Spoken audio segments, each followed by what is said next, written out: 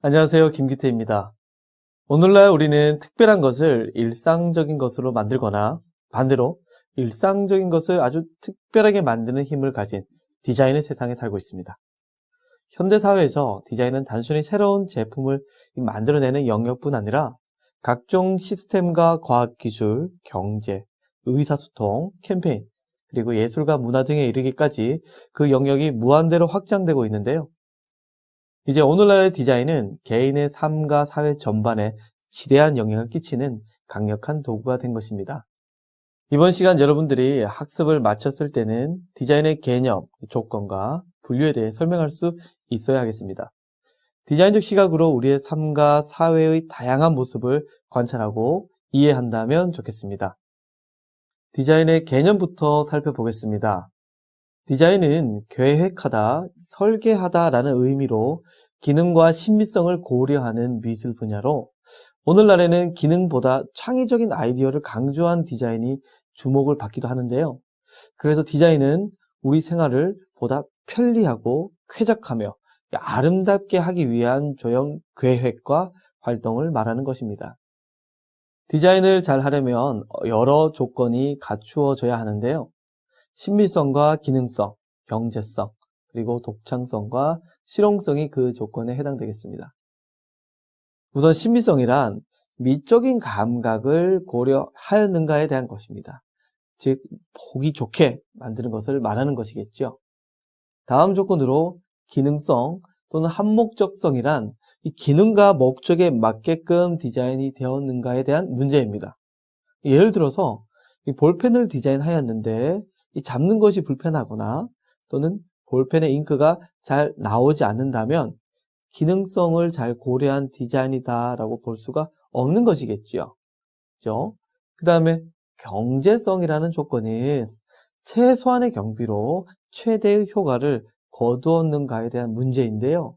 이 디자인을 구매하는 소비자에게 합리적인 가격으로 디자인이 제공될 수가 있어야 되겠죠. 볼펜 한 자루의 가격이 1, 2천 원이 아니라 수만 원에서 수백만 원까지 비싸다면 사람들이 경제적으로 그 볼펜을 구입하기가 어렵게 되겠죠. 경제성도 고려를 해야 되고요. 다음으로는 독창성의 문제입니다. 이 독창성이라는 조건은 기존의 것과는 다른, 기존의 것과는 차별화된 독특한, 창조적인, 독창적인 부분이 있는가에 대한 조건인데요. 기존에 나와 있는 제품과 별 차이가 없다면 그런 제품들은 좋은 디자인으로서 인정받거나 선택받기가 어렵겠죠. 그 다음으로 실제 생활에서 유용하게 활용될수록 또 실용성까지 갖춘 디자인이라면 좋은 디자인이다라고 볼 수가 있겠습니다. 그렇다면 내가 만든 디자인의 권리를, 우리가 만든 디자인의 권리를 이 법의 테두리 안에서 법적으로 보호를 받으려면 어떻게 해야 될까요? 지식재산으로서의 디자인, 영상으로 살펴보겠습니다. 디자이너 A씨의 재미만점 티백 디자인. 서울 디자인 페스티벌에서 선보인 후 국내 디자인과 실용 신안을 획득하고 대기업의 러브콜을 받으며 승승장구. 2년 후 독일 박람회에 초청돼 유럽 시장에 자신의 디자인을 알리게 됐는데요. 이때 독일의 한 회사가 건넨 달콤한 계약 제안.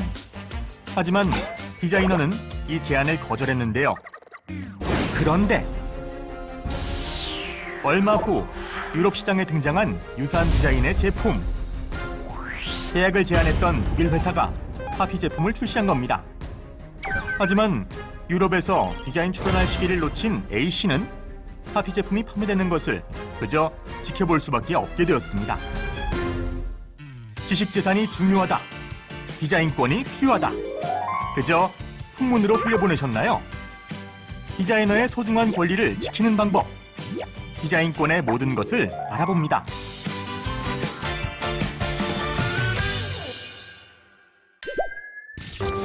빈번하게 일어나는 디자인 침해 사례.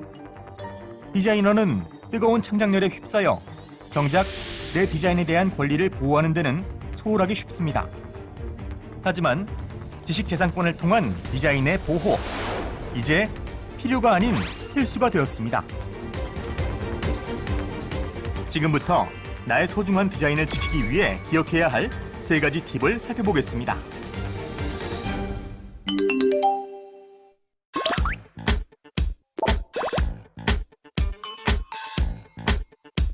디자인권을 획득하기 위해서는 먼저 특허청에 디자인권을 신청하는 출원 절차를 밟아야 하는데요. 이 출원에 앞서 선행 디자인, 즉 내 디자인과 유사한 디자인이 있는지 알아보는 게 좋습니다. 이미 유사한 디자인이 출원되어 있다면 출원이 거절될 수 있기 때문입니다. 또 선행 디자인 조사는 해당 분야의 디자인에 대한 정보를 미리 파악하는 데도 도움이 될 수 있습니다. 선행 디자인에 대한 정보는 특허청에서 운영하는 사이트를 통해 쉽게 검색해 볼 수 있습니다.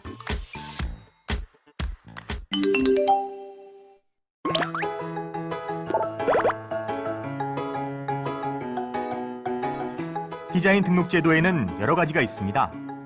커피잔을 예로 들면 손잡이 부분의 디자인만 따로 출원할 수 있고 기본 디자인을 조금씩 변경해 출원할 수도 있습니다. 또 잔과 받침 접시를 한 벌 디자인으로 출원 가능합니다. 이외 일정 기간 정보를 숨기는 비밀 디자인, 여러 개의 디자인을 한 번에 출원하는 복수 디자인 제도, 또 액세서리나 의류와 같이 유행에 민감한 디자인의 경우 선행 디자인 조사는 생략하는 일부 심사 제도를 사용하시기 바랍니다. 이처럼 다양한 디자인 제도들을 꼼꼼히 체크해보고 나에게 맞는 출원 전략을 세우는 것이 유리합니다.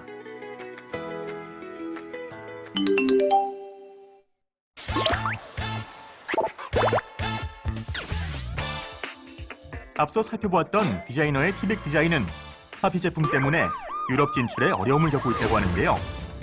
국내 출원된 디자인을 해외에서도 출원하려면 국내 출원일로부터 6개월 이내 해당국 출원이 이루어져야 합니다. 하지만 A씨의 디자인은 국내 출원 후 이미 2년이 지나버린 데다 공개된 디자인이기 때문에 유럽에서 디자인을 출원해도 등록받을 수 없습니다. 결국 A씨는 유럽에서 디자인권을 행사할 수 없게 된 것입니다. 독일 회사의 디자인 또한 공개된 A씨의 디자인과 유사하기 때문에 유럽에서 디자인을 등록받기 어렵습니다.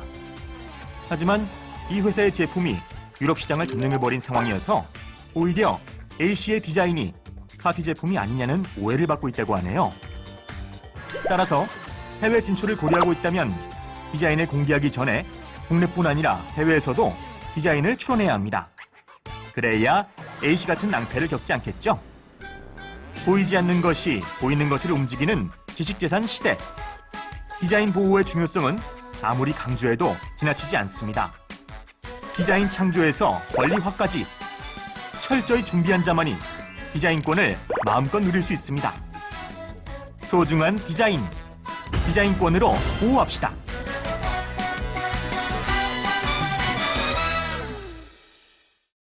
네, 영상을 보니 어떻습니까? 내가 만든 디자인을 지식재산으로 인정을 받으려면 디자인권, 실용신안권, 특허권 등의 신청을 통해서 지식재산의 권리를 보호받아야 되겠습니다.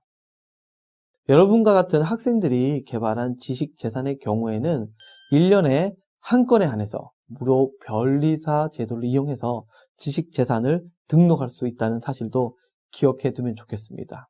사실 선생님과 같은 어른들이 좋은 아이디어가 생겼을 때 디자인을 완성했다고 칩시다. 그럴 때 이 디자인을 법적으로 보호받기 위해서는 등록을 해야 되겠죠. 이럴 때는 출원비, 등록비가 발생됩니다. 그렇지만 학생 여러분들이 좋은 아이디어를 발명하거나 디자인했을 때 그것을 특허, 실용신안, 디자인권으로 출원을 할 때는 무료로 출원할 수 있다는 사실을 꼭 염두에 두고요.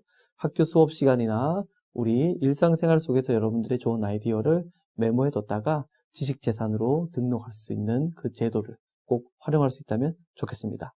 디자인은 크게 3가지로 분류를 합니다. 시각 디자인과 산업 디자인, 환경 디자인이 그것인데요. 우선 시각 디자인에는 그래픽 디자인과 영상 디자인, 전시 디자인 등등이 있겠습니다. 이 화면에 보이는 로고 디자인과 표지 디자인도 이 시각 디자인으로 볼 수가 있겠죠. 그리고 산업 디자인, 다른 말로 제품 디자인이라고도 하는데요. 산업 디자인에는 공예, 공업, 패션 디자인 등이 있습니다. 우리가 일상생활 속에서 사용하고 있는 모든 도구들이 이 제품 디자인이다라고 볼 수가 있겠습니다. 마지막으로 환경 디자인은 실내 환경 디자인과 실외 환경 디자인으로 나뉘게 됩니다. 보시는 사진과 같이 대관람차의 대형 슈퍼 그래픽은 환경 디자인으로 볼 수가 있겠습니다.